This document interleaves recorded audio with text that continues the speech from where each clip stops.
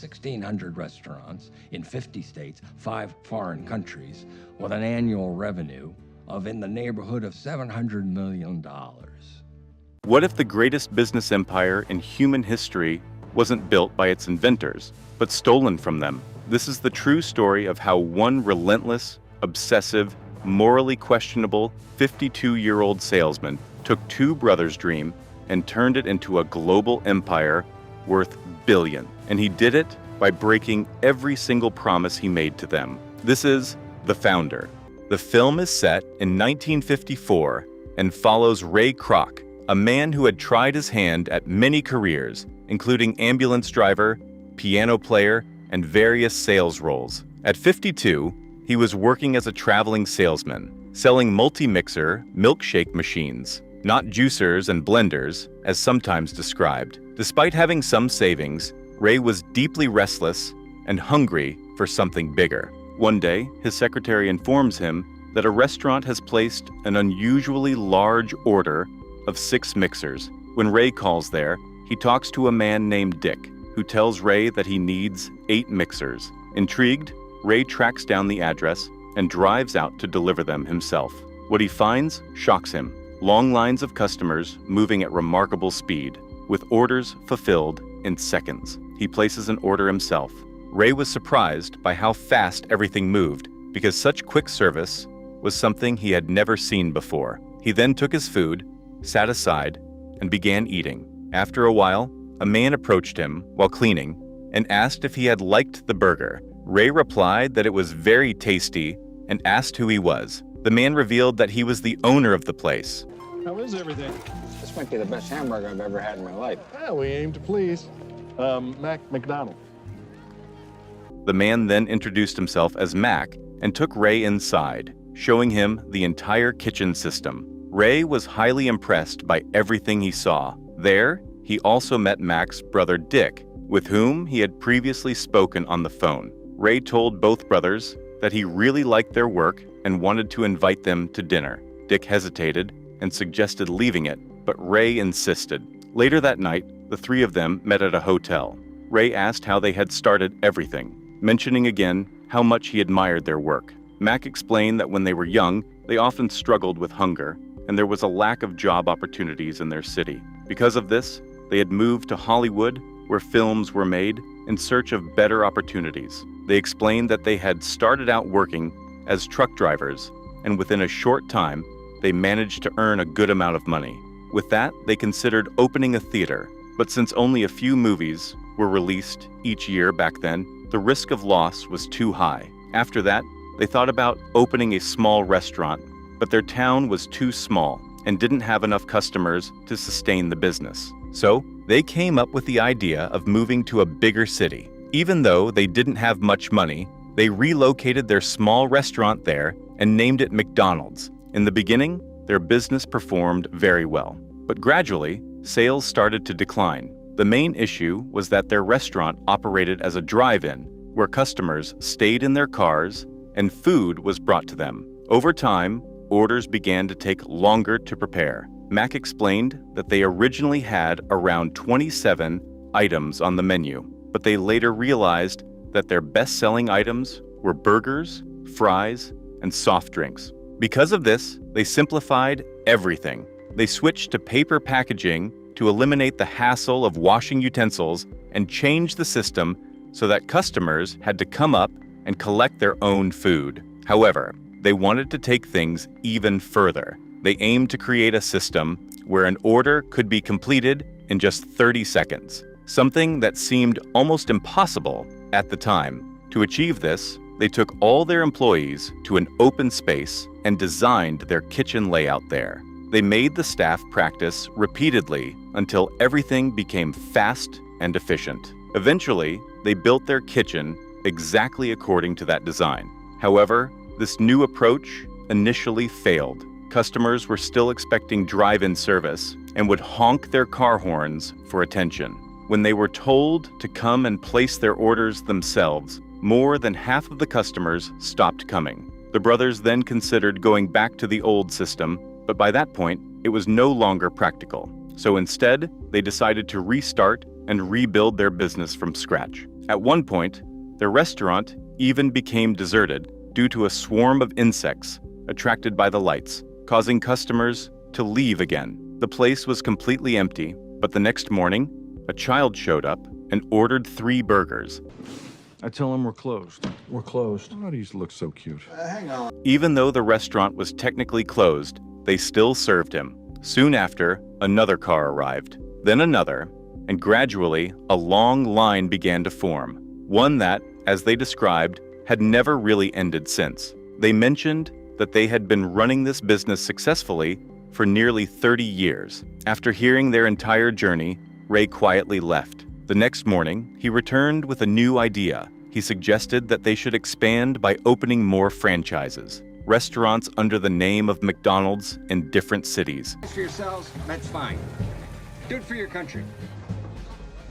Dick responded that they had already tried that before, but the plan had failed. When Ray asked why, Dick explained that the biggest issue was quality control. They couldn't ensure what other people using their name would sell or how they would operate. In one case, a restaurant using their name had even started selling completely different items. Because of this, they believed it was better to focus on maintaining a few high-quality outlets rather than expanding into many poorly managed ones. During this conversation, Ray noticed a painting on the wall. When he asked about it, the brothers explained that it represented their original vision and idea for the restaurant. They pointed out that the building had glowing yellow arches and mentioned that there was another restaurant designed in a similar way. When Ray visited that location and saw the bright yellow lights, he immediately felt that the idea was brilliant. He returned home and shared everything with his wife. She suggested that he had already worked hard his entire life and should now slow down and spend more time with his family. But Ray wasn't the kind of person to stop. He was driven to move forward and achieve something bigger. Because of this, he went back to the 2 brothers, Mac and Dick. He explained that after traveling across many cities, he had noticed one thing in common everywhere. There were always churches and courts. That observation gave him an idea. McDonald's could also become a constant presence in every city, a place where families could come together, eat, and enjoy themselves. He made it clear that he wanted to work with them and expand their business. The brothers were also interested, so they agreed to a contract with him. Although the agreement had many strict conditions, Ray carefully read everything and still accepted it. To fund the expansion, he mortgaged his house and borrowed money from the bank. Then he fully committed himself to the project, working day and night. Soon, a new branch of McDonald's was opened. Despite the brothers often disagreeing with his ideas, Ray remained completely focused and determined. Even during a dinner outing with his wife and friends, he kept talking about his vision of opening more branches. His friends believed in his idea and invested their money. Within a month, a 3rd branch was opened. However, Ray was not satisfied. He noticed issues with quality and hygiene in these new locations. Realizing this, he decided to build his own team, bringing in people who were ambitious and wanted to achieve something in the future. During this time, he met a successful restaurant owner who was highly impressed by McDonald's. Ray also became quite fond of the man's wife, even spending time playing the piano with her. The owner purchased a franchise and planned to open it in a prime location in the center of the city. A year passed, and although the business had expanded significantly, Ray still wasn't making a profit. Frustrated, he approached Mac and Dick again and suggested revising their agreement so that he could earn a better share. We are not greedy men. Greed has nothing to do with it. If I had more money to work with, I could be growing this thing at twice we the have pace. no beef. With the current rate of I've got expansion. nothing. No. But by this point, the brothers felt they had made a mistake partnering with him and wanted to end things. Back at home, Ray's wife confronted him after receiving a call from the bank. She revealed that he had taken a loan by mortgaging their house and had missed payments for 3 months.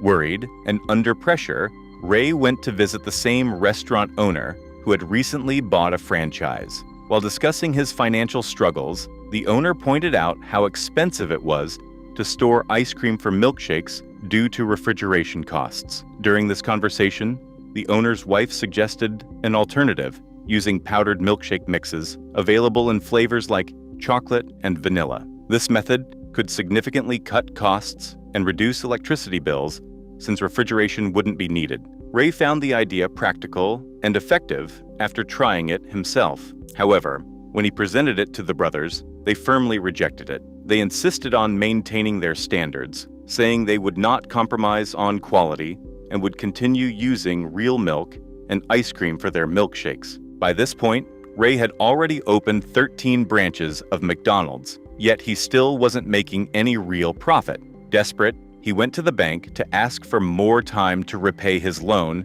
but the bank refused to extend any help, despite hearing about his situation. While he was there, a man overheard his conversation. As Ray walked out of the bank, the man followed him and stopped him, saying that he had listened to everything. He pointed out that if such a strong business still wasn't making money, then something was clearly wrong.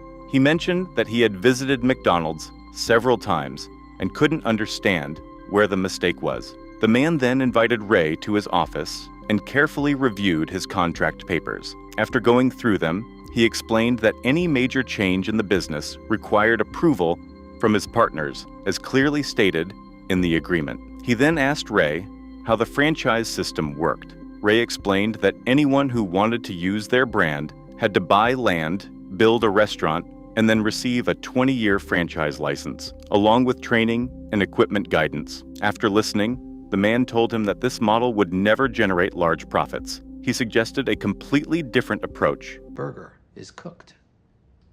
What you ought to be doing is buying up plots of land. In this way, he would earn rent, gain control, and expand faster. He also added that if franchise owners failed to maintain quality, their licenses could simply be canceled. This would ultimately give Ray full control over the business, including over Mac and Dick. Ray realized the potential in this idea. Following the advice, he established a new company called Franchise Realty Corporation. When Mac and Dick found out about this, they were furious. On a phone call, they told Ray that he had no right to make such changes. Ray responded that he wasn't altering the core business. They could continue managing operations, but he would now control everything outside of it. At the same time, Ray continued expanding aggressively. He brought in more investors and even introduced powdered milkshakes, despite the brothers' earlier refusal.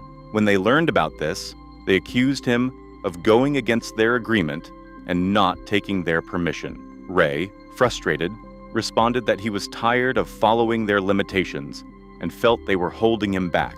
He argued that they rejected every idea and lacked the willingness to take risks. After saying this, he cut the call.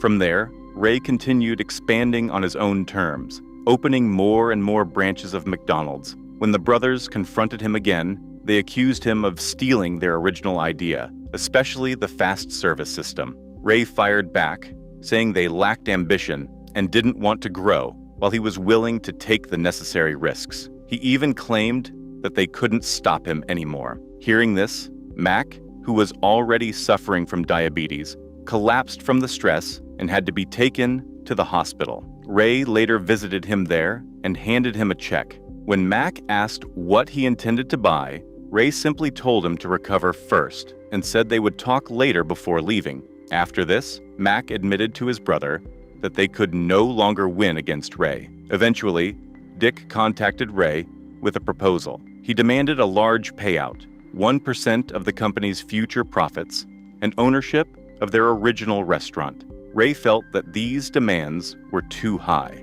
After negotiating, he agreed to most of the terms but refused to give the 1% profit share, explaining that his investors would never approve it. In the end, both sides came to an agreement. All right. All right, gentlemen. Turn to page 4 of your contract. That's the first set of signatures. Mac and Dick asked Ray that when they had first met him, they had shared everything openly. So why hadn't he simply started his own business instead? Ray responded that success was not just about running a restaurant, it was about owning the name. He admitted that what he truly wanted was the name McDonald's itself. He added that the money he was offering them was more than they could have earned in their entire lifetime. After saying this, he walked away. In this way, Ray fully acquired the name McDonald's from Mac and Dick, completely separating them from the brand they had created. Over time, the business expanded rapidly. In the end, it is revealed that Ray went on to marry the restaurant owner's wife, the same woman with whom he had once played the piano. This story is based on real events, showing how McDonald's rose to become a global phenomenon. Now there are around 44,000 branches operating all over the world.